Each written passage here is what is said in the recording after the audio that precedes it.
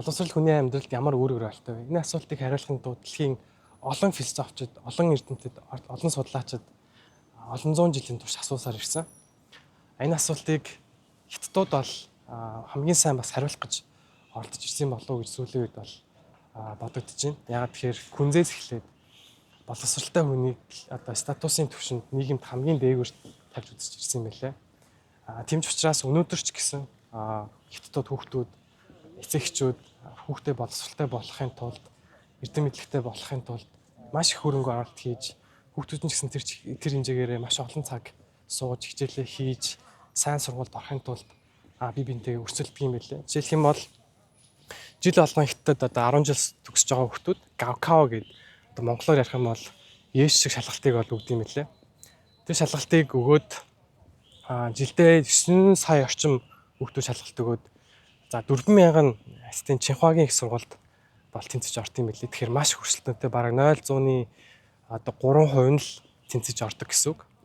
Тэгэхээр миний бие өнөөдөр астын Чинхуагийн их сургуулийн Шварцманы нэрмж тэтгэлгийн Шварцман коллежид албан ёсоор мастрын оюутан болоод энэ ажлын үйл ажиллагаанд нь оролцоод одоо явж байна. Тэгээд би ч гэсэн одоо боловсралтай хүн болохын тулд, боловсрохын тулд дахиад 2 дахь удаа одоо мастер хийхээр явж байна л да.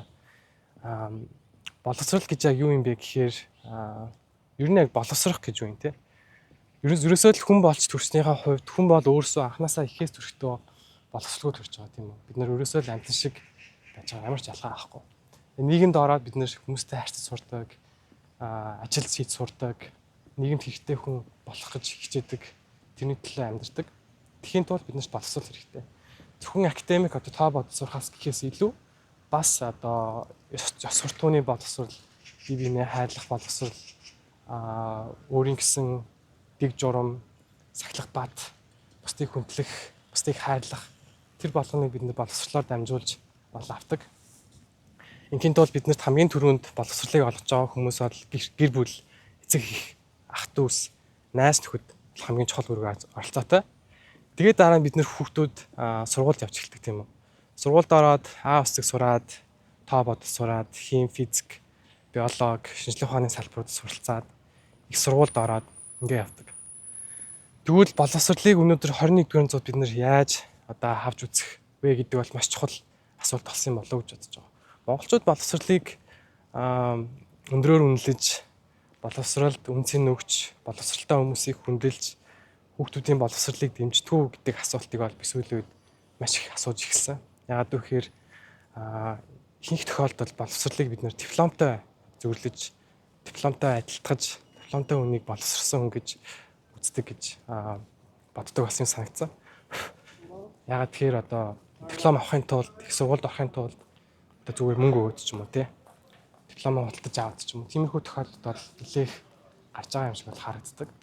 Дипломтой байлаа гэд тэр хүн зөв хийхгүй, тэр хүн бусдыг хайрлахгүй, бусдыг хүндлэхгүй гэсэн үг бол хүндлэн гэсэн үг бол биш тийм үү.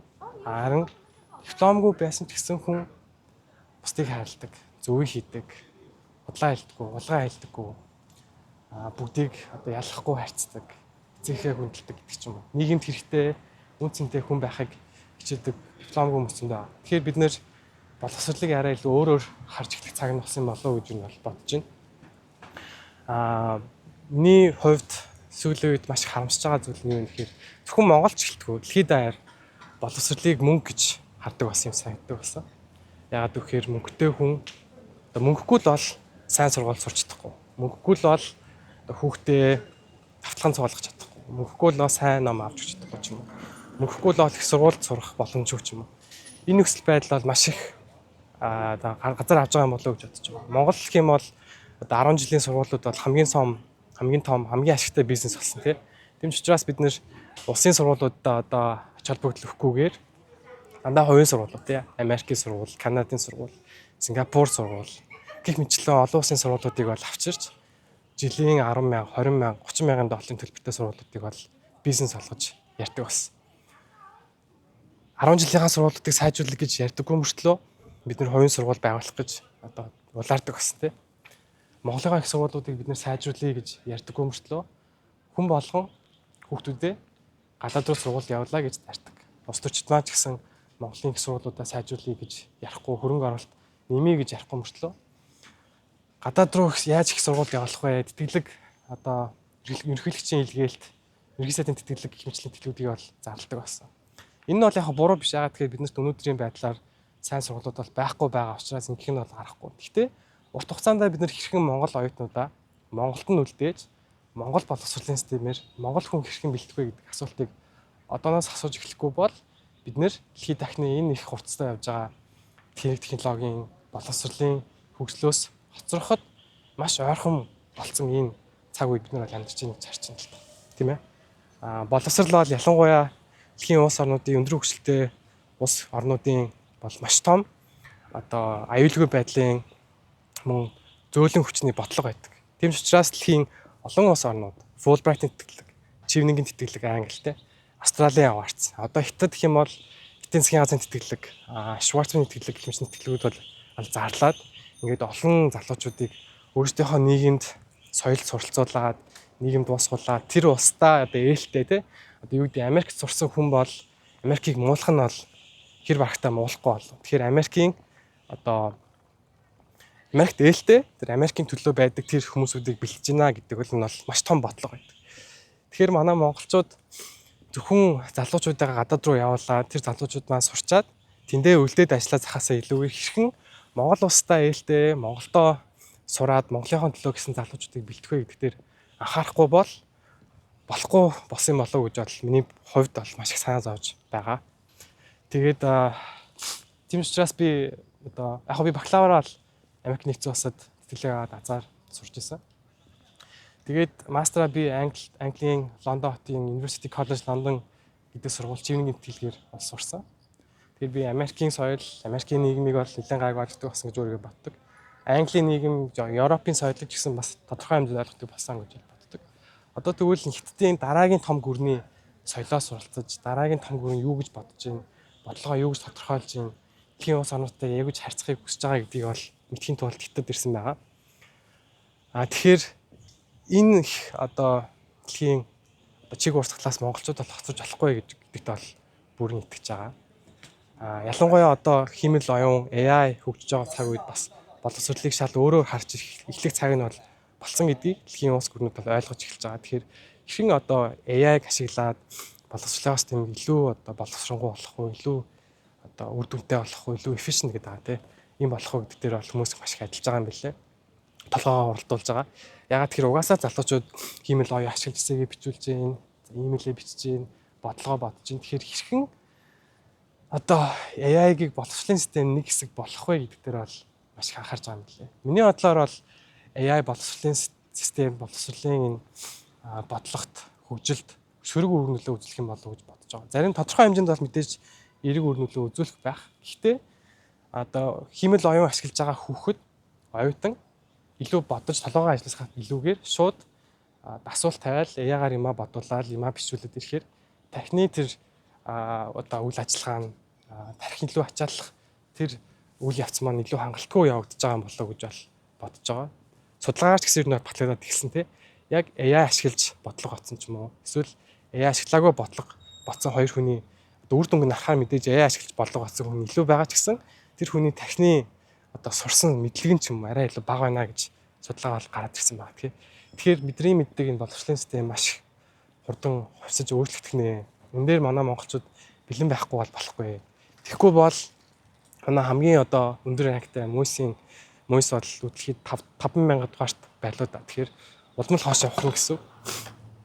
Бид нэр одоо улсын үнэгүй боловсролоо шилжиж эхлэхгүй бол хэн мөнгөтэй нь л хэн боломжтой нь л хүүхдээ сургуульд явуулдаг. Тэднэр нь одоо илүү боломжтой байдаг, илүү нийгэм эдийн засгийн хувьд илүү дээгүүр түвшинд болдог, амьдардаг. Тэр л дүр зураг илүү удаан үргэлжлэх юм болов уу гэж харж байгаа. Ингэснээр одоо Монгол шиг ялангуяа ийм нийгэм нь маш их тэгш бус нийгэмд улмал тэр тэгш бус байдал нь нэмэгдэх тийм хандлагатай болж ирнэ гэж би бол харж байгаа. Тэгэхээр энэ асуултыг бид нэр бөөнөрөө улсаараа ярилцах хэрэгтэй. Гэхдээ зүгээр нэг 9 сарын 1-нд сургуулийнхаа хүрэлцээ 3-л сууж гин үү, 3 ээлж хичээлж гин үү, тий? Багш нар маань яаж ин цалинтай байна уу гэдэг яриаг жил болгон ярьсараа байтал дэлхийн бусад улс орнууд бүр ингэж өсрөнгөө хөгжөөд яваад байна гэдэг дээр бол би маш их санаа зовж байгаа. Үүнээс гадна зөвхөн академик боловсрол гадна бид нар хэрхэн тэр ёс суртахууны moral гэдэг байгаа тий. Тэр боловсрол руу илүү хүмүүсүүдийн анхааруулах вэ? Илүү хүмүүсүүдийг боловсруулж болох вэ тий. Хичнээн мөнгөтэй мэдлэг боловсролтой байлаа гэх тэр хүн хэрхэн зөвийг хийдэг хүнийг бид нар бэлтэх вэ? Тэгээ би нэгэ хэрхэн хайрладаг хүнийг бэлтэх вэ гэдэг дээр бол бас сайн анхаарахгүй болохгүй болох нэ гэж бол харж байна. Тэгэхээр ямар ч байсан би ингээд 2 дахь удаагийн мастерын хөтөлбөрөө одоо ингээд эхлүүлэх гэж байна. Тэгээд маш их догдолж байна. За 2-7 хоногийн хугацаанд orientation буюу одоо нээлтийн оюутнуудыгаа тасан зохицох тэр хөтөлбөрт нь хамраглаа. Тэгээд 140 гаруй дэлхийн 38 орноос ирсэн залуучуудтай, дэлхийн ирээдүйн лидерүүд гэдэг залуучуудтай бол хамт байж танилцлаа. Тэгээ юу бодож байгаа, юу санаж байгаа, ямар зорилготой байгаа дээр нь багахан ч гэсэн бас танилцж авлаа. Тэгээд шал өөр болсон юм санагдаж байна те. Зөвхөн одоо урт хоолой гэдэг ч юм уу те. Эсвэл байрны зээл гэдэг хас илүүтэйгээр хэрхэн ямар асуудлуудыг яаж шийдэх вэ? Ямар шин инновац гарах вэ гэдэг дээр бол хүмүүс их маш их ярьж байна. Салбар дээрээ шин санааг бас дэвшүүлж байна. Энэ дээр ч гэсэн монголчууд бид нэр оюутнуудтай ийм боломж олгож байгаа гэдэг дээрээ маш сайн анхаарах хэрэгтэй болов гэж бодож байна. Scholarship гэдэг үг маань өөрөө юу юм бэ? Scholar гэдэг бол ерөөсөө л гэж эрдэм номд шамддаг тэр залуу хүнийг хэлж байгаа тийм үү? Хөшин ч болно. Тэгэхээр scholar байхын тулд одоо наацхийн хэрэгцээ нь бол хангацсан байх ёстой гэж бол эртний ерөөсөд үзэж эхэлсэн юм байлээ. Наацхийн гэж байгаа дээр байр, хоол, аюулгүй байдал гэх мэтлэн одоо орж байгаа. Тэгэхээр энэ наацхийн хэрэгцээг хангасан хүн л дараагийн одоо хичээлээ хийхдээ дараагийн хичээл хийх тэр санаа бодол нь бүх 100% анхаарлаа төвлөрөх боломж нь бол бүрдэнэ. Тэгэхгүй одоо байраа яана. Маргааш өдрийн хоолнд юу иднэ тий? За өмсөх хугацаа хаанаас авна гэж байгаа оюутан бол яагаад ч хичээл дээр 100% анхаарал төвлөрөх боломжгүй. Тэмч учраас дэлхийн улсууд маш их тэтгэлгийг зарладаг. Манай энэ Schwarzman тэтгэлэгч гэсэн одоо биднэрт байр нь үнэгүй, хоол нь үнэгүй.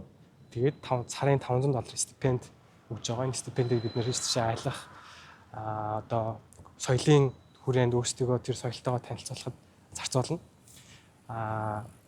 Хэрвээ энэ мөнгө надад байхгүй байсан бол би цагийн айл гэдэг ч юм уу хангалттай уншиж судлах юмаа судлахгүй ч юм уу. Эцтийн өөр нэг хоол идэх тосгонлоо ч юм уу очиж хот руу ч юм уу очиж үзэж тэднэртэй хүмүүстэй соёлтой танилцахгүй ч юм уу. Энэ боломж маань бас бүрдэх боломжгүй байх байсан баг тий. Тэгэхээр хэрхэн залуучуудаа бид нэр хэрхэн дэмжих вэ? Хүүхдүүд ээж аав нь баян мөнгөгүйгээс үл хамааран хэрхэн гэрийнхэн хамгийн сайн сургуульд гэрийнхэн хажууд ямар ч сургуульд явсан чанартай сайн боловсролыг эзэмших вэ? Тэр хүүхдүүдийг бид нэр хэрхэн өрсөлдүүлэхгүйгээр дүнд онцгой ач холбогдол өгөхгүйгээр зөвхөн сурч боловсроход тэр боломжийг нь олгох вэ? Хэрхэн тоо боддог гэхээс илүү сайн хүнийг нийгэмд бэлтэх вэ? Яагаад тэгэхээр өнөөдөр тоо бодох юм бол нэг тийм шаардлага бас байхгүй болчлоо тийм. ChatGPT хэмэл оюун байхад хүн бол нэгийг чэйжлээд авах шаардлагагүй. Харин ч эсрэгээр тэрийг хэрхэн зөв ашигласнараа одоо илүү бүтээлч креатив гэж яриад байгаа тийм. Тэр сэтгэлгээ хөгжүүлэх вэ гэдэг дээр бол анхаарч ирсэн байна. Тэгэхээр манай Монгол улс маань хоцрохгүйгээр бодлого боловсруулагчд маань, удирдагчд маань боловсрал дээрээ хамгийн сайн анхаараасаа гэж хүсэж байна. Нэгдүгээр боловсрал, дараа нь эрүүл мэндийн байх хэрэгтэй. Монгол хүн эрүүл байж, боловсралтай байж иж монгол хүмүүс эрүүл аз жаргалтай хөгжилтэй бас болно гэж бодож байна. Тэгэхгүй эсвэргээрээ зүгээр л одоо эдийн засгийн өндөр хөгжилтэй ч юм уу эсвэл одоо юу гэдэг өндөр барилгатай байгаад манай Монгол улс хичээл сайн бас болж чадахгүй, хөгжилтэй бас болж чадахгүй, хүндээ ээлтэй бас болж чадахгүй. Тийм ч учраас бид нар жил болгон маш олон залуучуудаа гадаад руу алдаж байна. Тархиа урсгаж байна. Тэр залуучууд гадаад руу сурч явах гад Монголдо хизээж хэрэгж ирэхгүйгээр бол тэндээ шингэж байна.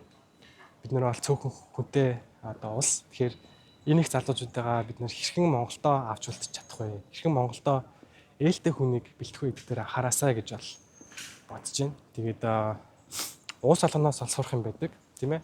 Мууч бай сайнт. Мэдээж авах юм бол хаях юм бол уус алгонд байх.